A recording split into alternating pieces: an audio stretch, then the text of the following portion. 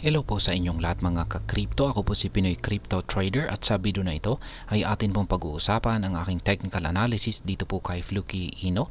Ngayon pong September 21 taong 2024. Pero quick update lamang po tayo rito kaya diretso na po tayo sa pagte-technical analysis sa kanyang daily chart time frame na ito.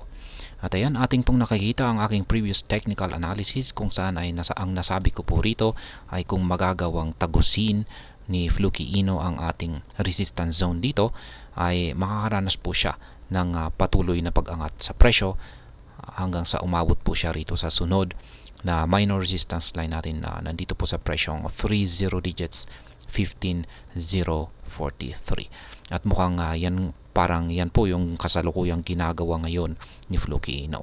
Kasalukuyan po siyang tumatagos dito sa ating resistance zone. Pero hindi pa rin po tayo nakakasiguro kung siya ay magtatagumpay kasi yung kasalukuyang candlestick natin ngayon ay bumalik po rito sa loob ng ating resistance zone.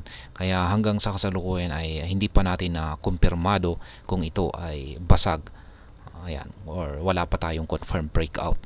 Kaya kasalukuyan ay nakikipagbakbakan pa rin ang presyo ni Fluky Ino sa ating resistance zone na ito.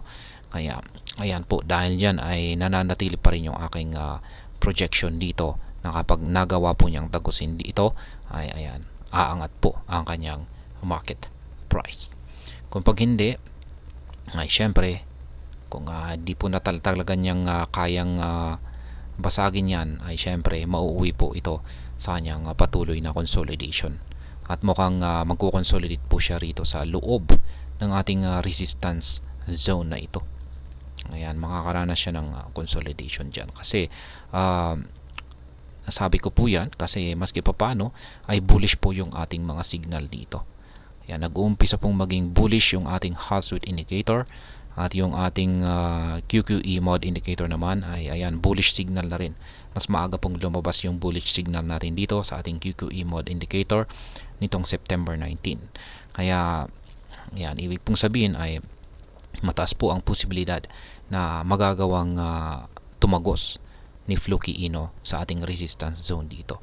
At kung nangyari po yan, gaya na aking sinabi kanina, ay magpapatuloy na po siya sa kanyang pag-angat sa presyo hanggang dito sa sunod na resistance line natin dito.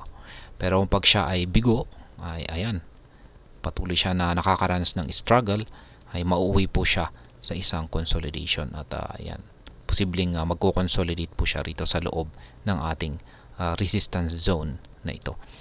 At ngayon ay syempre maliban po dyan ay may posibilidad na rin na ito ay makakaranas ng pagbagsak. Yan, posible po siyang bumagsak kung sakaling bumalik po siya dito sa ilalim ng lower portion ng ating resistance zone. Kung di po niya talaga kaya, ayan, kung pag hindi po talaga niya kayang basagin yung resistance zone natin dito, ay syempre, ayan, babagsak po siya. Ayan, hindi po pala nabasag. Ayan, dito yan, kapag nabasag ay, ayan, magpapatuloy po siya sa kanyang pagbagsak. Pero sa ngayon ay, ayan po, kung di po niya talaga kayang basagin yung ating or tagusin yung ating resistance line dito, ay syempre babalikan niya, posible po niyang balikan yung ating support dito sa 30 digits 11,003. Pero maliban po dyan ay meron na rin po tayong mga resistance support dito na nabuo. Ayan, meron po tayong isang support dito at tsaka dito na rin. Ayan, ang dami nating mga support dito. Ayan, isa na rin po itong support zone. Ayan, meron po tayong support zone dito. Lagyan natin. Ayan, kung sakaling magagamit po natin yung support zone na ito.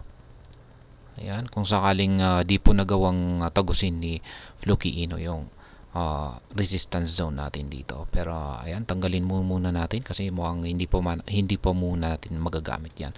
Kasi mukhang gaya ng aking sinabi kanina ay mukhang mas mataas po ang posibilidad na mukhang magpapatuloy po sa pag-angat sa presyo itong si Fluky Ino sa mga paparating na araw.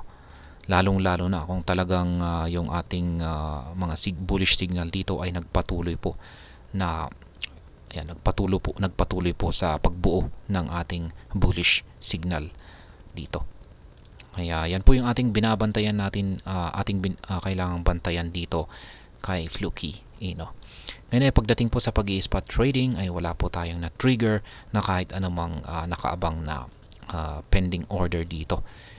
Kaya ayan, nananatili pa rin po yung mga pending orders natin dito. At yung inaasahan po natin na mati-trigger dito ay syempre yung ating take profit dito or sell pending order na nakaabang po sa presyong 30 digits 15,043. Ayan. Sa mga bago lamang po dito ay check na lamang po ninyo ang description ng video na ito para malaman kung anong platform at mga indicators ang ginagamit ko dito. At hanggang dito na lamang po tayo sa video na ito mga ka-crypto. Marami pong salamat sa panonood. Ingat po tayo lagi at God bless po sa ating lahat.